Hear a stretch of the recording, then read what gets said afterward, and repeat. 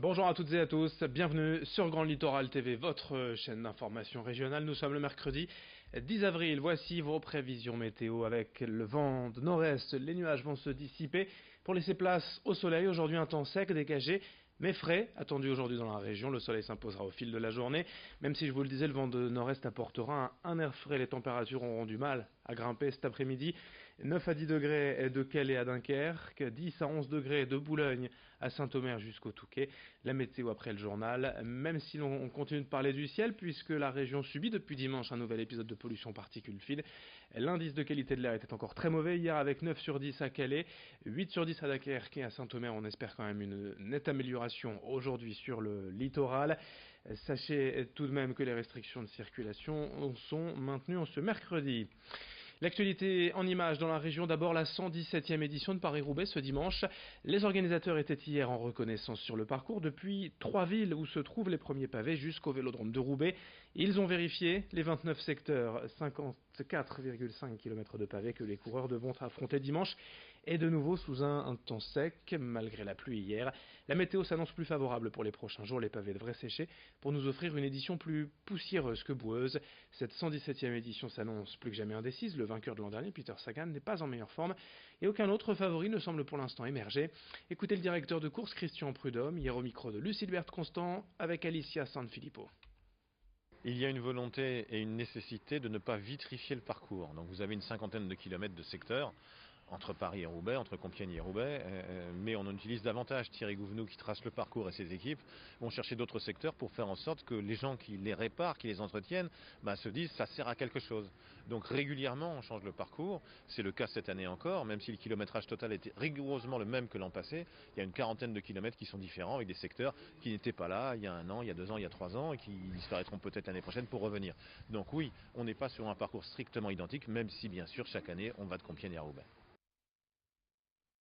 La protestation des étudiants contre les frais de scolarité en hausse en juillet. Pour la deuxième année consécutive, les étudiants non boursiers devront payer la contribution de vie étudiante et de campus d'un montant de 90 euros.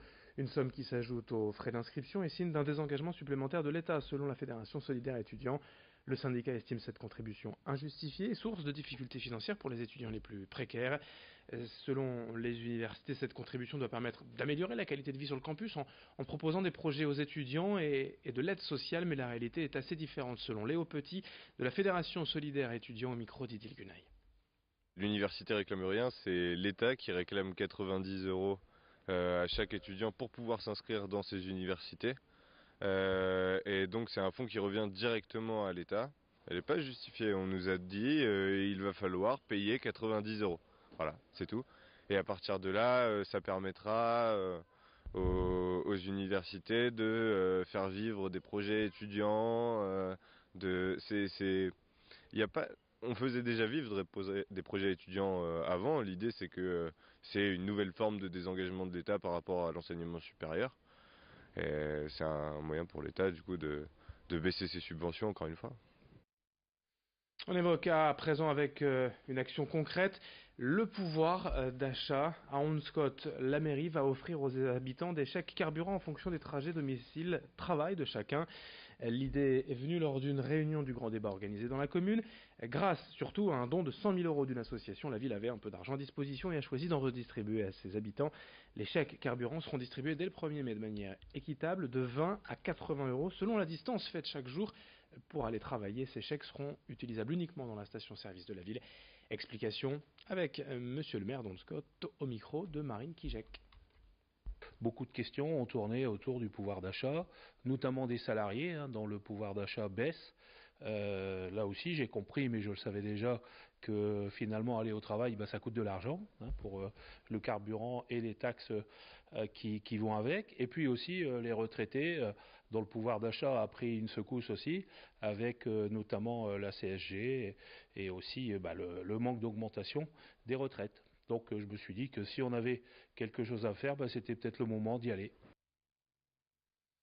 On passe à toute autre chose dans ce journal sur Grand Littoral TV. Les vacances de printemps, c'est aussi l'occasion de découvrir ou de redécouvrir son territoire. Pas besoin de faire des centaines de kilomètres pour s'occuper ou être dépaysé pour les enfants et les parents. Disponible pendant ces 2 semaines, l'Audomarois propose de nombreuses idées de sorties, des animations, des expositions ou encore des ateliers organisés pendant ces vacances scolaires. Vous pouvez par exemple faire un escape game, vous mettre dans l'armure d'un chevalier ou tout simplement découvrir les beautés cachées du Marais. Qu'il fasse beau ou pas, alors le soleil devrait être un peu plus présent durant les prochains jours. Karine Delplace de l'Office de tourisme de Saint-Omer nous explique que les vacances de Pâques sont un moment idéal pour découvrir le territoire en famille. Des propos recueillis pour nous par Marine Kijek.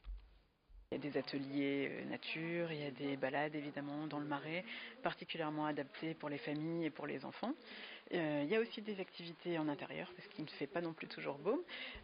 Par exemple au musée, autour de la nouvelle exposition aux armes, donc au musée Sandelin, avec le pays d'art et d'histoire également, notamment à l'approche des journées des espaces fortifiés. Donc pas mal de choses autour des armes, autour des donjons, des thématiques qui plaisent en général aux enfants. À la coupole d'Elfo également, il y a toujours beaucoup d'ateliers scientifiques qui plaisent beaucoup pendant les vacances. Et puis pour terminer cette édition, un rappel, n'hésitez pas à aller donner votre sang. Les besoins sont toujours aussi élevés selon l'EFS, l'établissement français du sang, qui collecte le sang, le plasma et les plaquettes. Près de 10 000 dons sont nécessaires chaque jour en France pour soigner les milliers de malades ayant besoin de transfusion. Pour cela, il y a les centres de dons permanents, à Dunkerque notamment, mais aussi les collectes mobiles. Et il y en a forcément une bientôt près de chez vous. Pour savoir où donner votre sang, il suffit d'aller sur le site dondesang.efs.santé.fr. C'est important en ce moment durant les vacances de printemps et avant les ponts du mois de mai. Explication au micro de Vincent Vieillard. Les stocks sont déjà faibles à ce jour, au niveau régional et au niveau national également. On craint donc déjà pour d'ici une quinzaine de jours des difficultés supplémentaires avec les vacances scolaires puis le mois de mai. Donc dès à présent, nous invitons les donneurs à se mobiliser dans la région et aussi dans toute la France finalement, puisque c'est pour l'ensemble de l'établissement. Massivement, les dons de sang sont attendus, mais on recherche également des donneurs de plaquettes sur les sites fixes de prélèvement et également du plasma. Pour finir, 2 infos en sport, en basket, en Jeep Elite, 2 défaites pour nos clubs du littoral hier. Le BCM Gravelines Dunkerque s'est incliné à domicile face à Dijon, 70-86 et est désormais 12e au classement.